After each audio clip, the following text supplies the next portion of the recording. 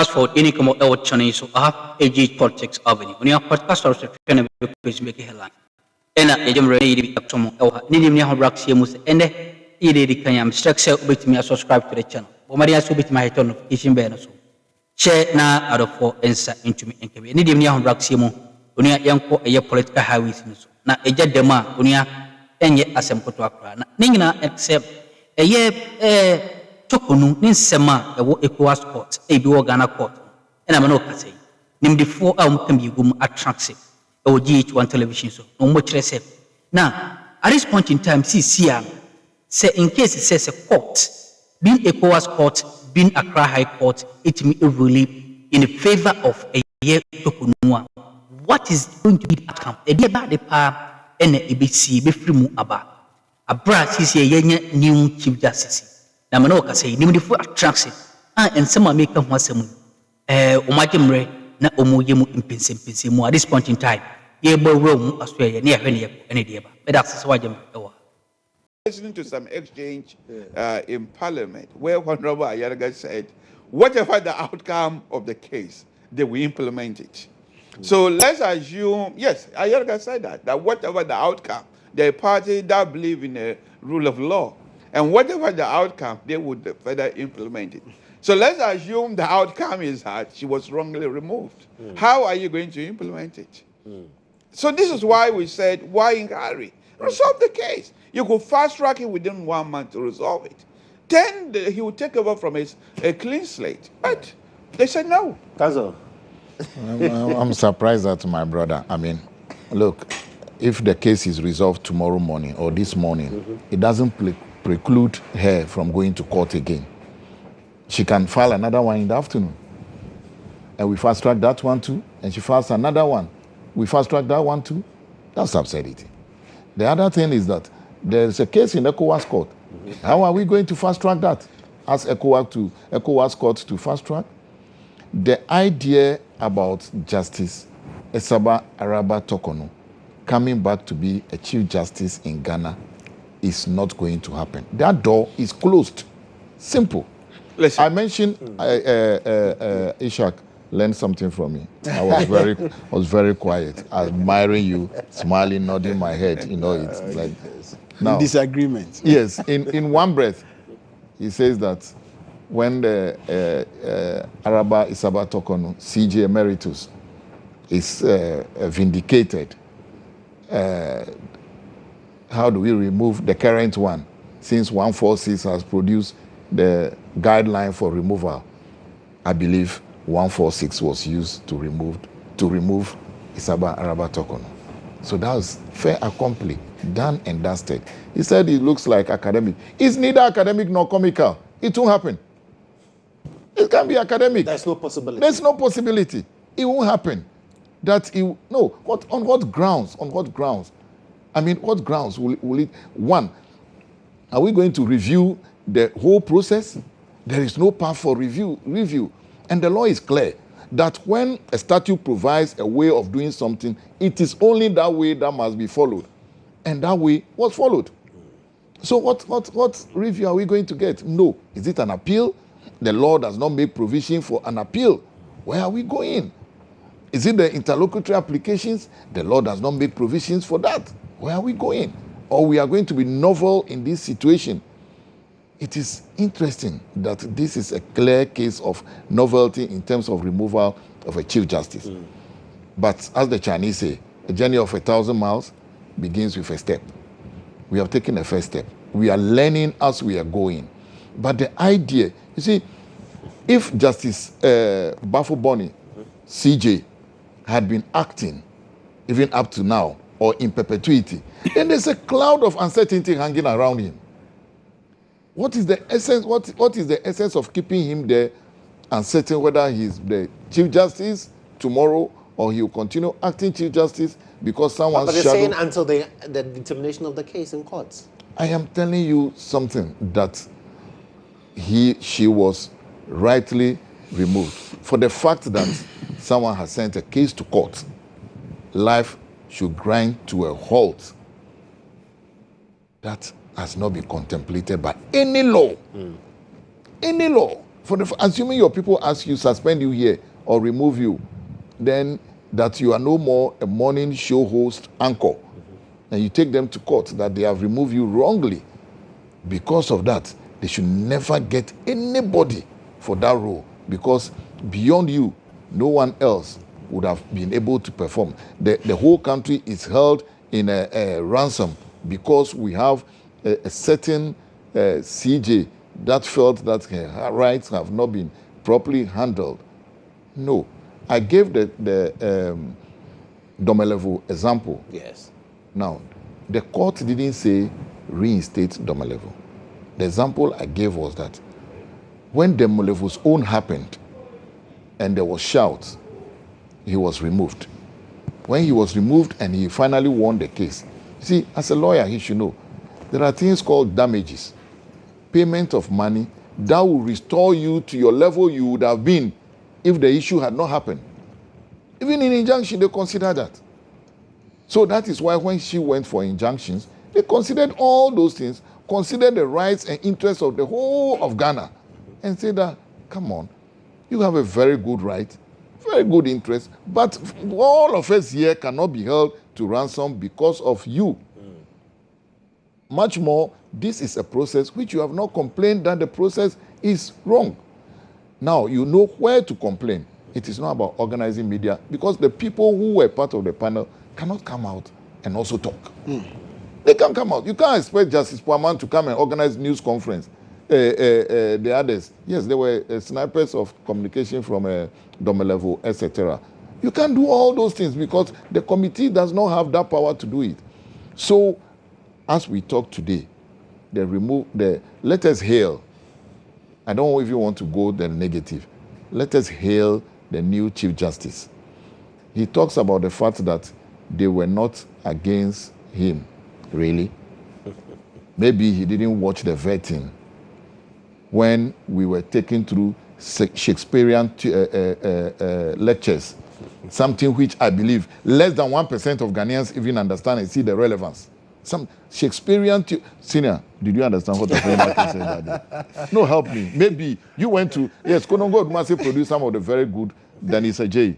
Yes, Dennis. Oh, yes, and I think Masolo Poko Ejima. Yes, of course. Also went to there. Yes, when I've read a number, and I know a friend whose wife also went there. I've been wondering, the school looks so quiet there, but they produce. I don't know whether Sir John also went there. Or, Yes, Sir John did. yes, Sir John also went there. They produce. Maxwell Kofi Juma. Yes, yes. You see, It's a mixed bag. Yes, they produce very good, I like that. very good guys. Let us hail and welcome a new Chief Justice. They were talking about the fact that this is a disputed nominee. You heard that? Yes. And today you are telling us that you don't have problem with the person's thing. Oh, come on. Let me add something small to what lawyers. But do you also agree that it's a done deal? Oh, I mean, I feel nothing, I feel that we have to should be fighting move for. on as a country, and it is what I wanted to add, that the sacrifice that people have made. I mean, tracing back to our history, in Ashanti history, for example, the Kumawu chief offered himself to be, I mean, more or less slaughtered to make sure that the Ashanti kingdom wins and survive a war. Okay, so as a country, I think that former Chief Justice, Madam, should fight for her case and ensure that whatever reputational damage that she felt he has suffered is redeemed.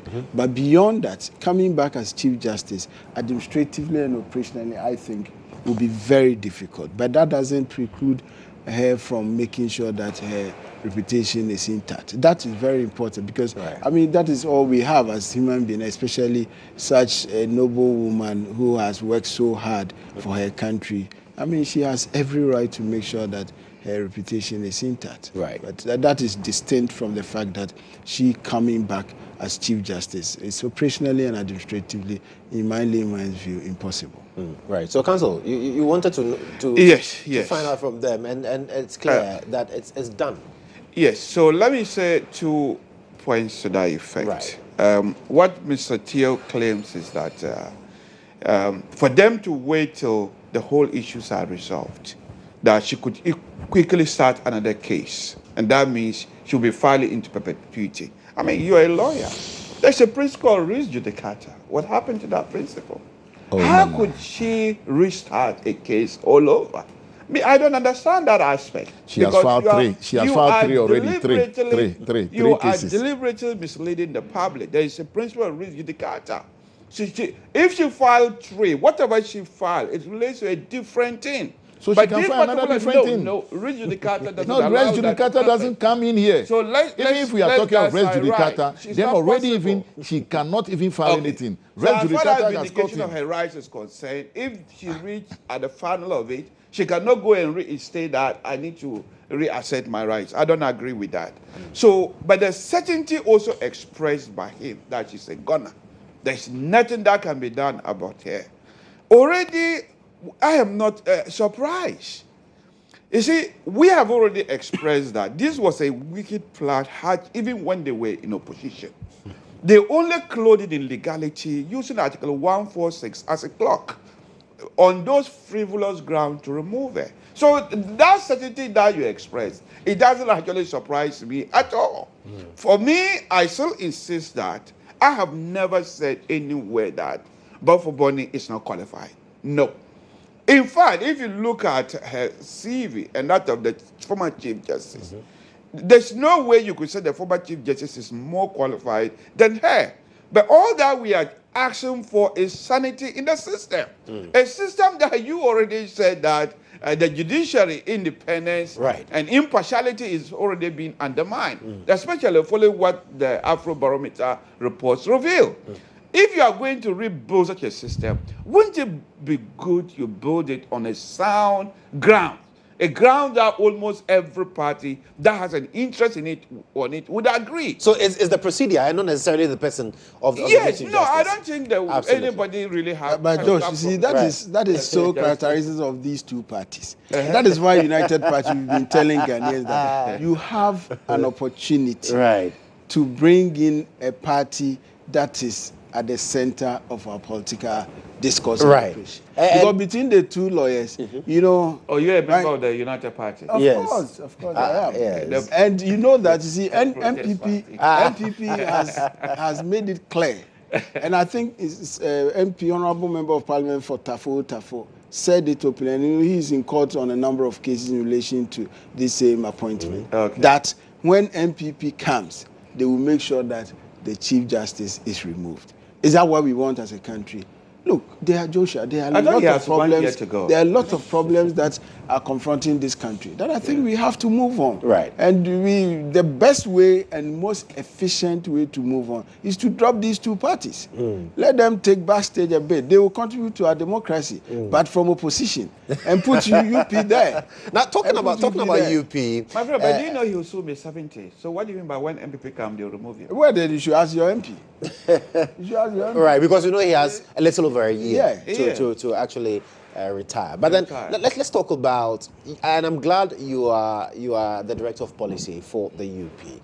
Looking at the policy statement that was read, the budget that was read by the finance minister. Yes, we heard from the MPP. They have said that it's bleak. It does not really portend what the vision that the NDC sold to the Ghanaian people. But from the UP perspective, and I've had a conversation with the NDC, trying to understand exactly what is contained in there. Does it inspire hope for you? Well, I cannot say that the budget, 2026 budget, is a budget that inspires hope or that can ensure the transformation of our economy. How so? But what I can say is that it is actually designed to anchor the stability that they've achieved. And you cannot take away the achievement from them. At least in the budget, they've outlined over 10 cardinal achievements, and mostly are related or emanate from the macroeconomy. It is fair to admit that inflation has been tamed significantly, and it's very important for businesses and households. Interest rate has dropped, also not significant marginally, but it's very important. The depreciation of the currency has been reversed now. The CD appreciated quite significantly. So, I mean, if you look at all these indicators, you can see that we have achieved the country or the government successfully achieve stability at the macroeconomic front. Right. But is that enough to transform the country? No. We need a structural reorientation of our country. That one is clear. But this budget really cannot take us away from where we are as a country. But I think that the finance minister, if you look at his own projections for 2026, is being overly cautious. And in my view, it's very difficult to say that he is inspiring hope, because in 2025, you are currently, you wanted to do 4.4% GDP growth. You are 6.8 in October, but you set a target of 4.8, which means you are not sure of your own performance, and that is not good, because you can say that you've boosted investor confidence, and that is an anchor for significant economic growth, because you can attract in both foreign and domestic capital to spur growth. But if you yourself are not confident that the policies that you've formulated can push the economy forward, that is a difficulty.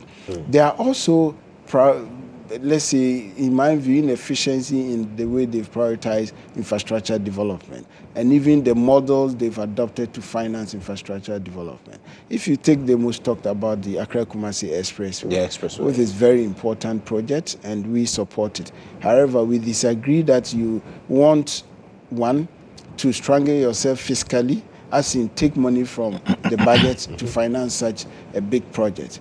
In that view, you are cutting yourself in the foot, because you do not have enough fiscal space, i.e., you, literally speaking, you don't have enough money to spend. So why don't you explore other alternative means of financing for such capital projects? Because the expressway can self-finance itself. So probably government can invest in the design, the costing, and the contracting process, and inviting international and domestic private investors to come into joint venture, either with government directly or even independent of government, to undertake it as a tolling project, which they can do, build, operate, and even own. Because, look, you know that the Gatwick Airport is owned by a Nigerian company. Basically, Nigerian owns Gatwick. So we should use such, because it gives you fiscal space to spend on other priorities of the state. And if you look at the budget, a lot of infrastructure projects are going to be financed by government. Yes. What it shows is that, as it happened in this year, you made a lot of promises. You do A, B, C, D. You go to the grounds, nothing has happened. Then you come back and make another promise. And it keeps going on, and that's where we are. And we believe that you cannot develop the country using the same old age methodology and mechanism that haven't worked. So we need a radical shift, and that is why we of the United Party feel that it is not the way MPP is also looking at it. That the former finance minister said that if you look at the amount of money they've pumped into backing the CD should have been trading 8 to 1. 8 to CD. I mean, obviously. And I read a social media comment that if you knew this, why didn't you implement it? It is not that easy to say. What we can do as a country, and that is why we believe that in putting about 30 billion cedis for Big Push is very important, because most infrastructure are economic infrastructure. But the financing, you pay opportunity cost for not financing other things. What do we need to change the structural foundation of our economy? Value addition. How do you do value addition? The business environment is characterized by a lot of structural deficiencies. So in order to attract a private person to invest in establishing a processing facility that will add value to a natural resource, the inherent risk is too high. So government should find ways to de-risk that sector. And how do you de-risk that sector? You provide incentive to the private sector. What are some of the incentives? You can give subsidized loan for people who want to invest, because they need to borrow, because they can only leverage the equity they have and add on credit. But if he's going to borrow at 26, 30%, that is difficult. Right. So in Honorable Lancha Martin's days at the Ministry of Trade, under one district, one factory, he offered to give loans at 10%. And the loans were not coming from government. It was coming from banks. So the direction factor is that government was going to pay part of the interest for entrepreneurs. If that happens, the entrepreneur knows that he's borrowing at a relatively cheaper right. So the amount of money that you're using to finance a project that you could alternatively crowd in private capital to finance can be used to provide incentive to the private sector. Right. They will establish factories, enterprises, create jobs, pay you revenue that you get to keep financing government operations. So if you look at the budget, there is no creativity in terms of the policy prescription. Okay. Another point is also revenue optimization. Okay. 2025, what did Honorable Forsin said? He said that he was going to employ AI technology to block leakages. What did he come to report in 2026 budget review? He said that there is a leakage of, he did audit from I think 2017 to 2024. The IDF showed that over 80-something billion went out of the country, forex. And normally when IDF indicates is that it means that it's called import declaration form. So what it means is that if you go to the bank to say that I need $100,000 to buy goods worth $100,000, that amount of goods should come to the country. He said, according to the Minister for Finance, over 31 billion didn't come back. And now, what is the solution? He's going to employ AI. So you could see that a lot of thinking needs to go into the way we formulate our budget. And that is why we have proposed that we need a radical shift. We'll come back to that conversation on the budget shortly. But you're still watching the Breakfast Review segment of... We and Samaho team cost watching and so. Mamma so Jembe, that's an esobadian. Area don't be a dubiania. Or you have a sample room near some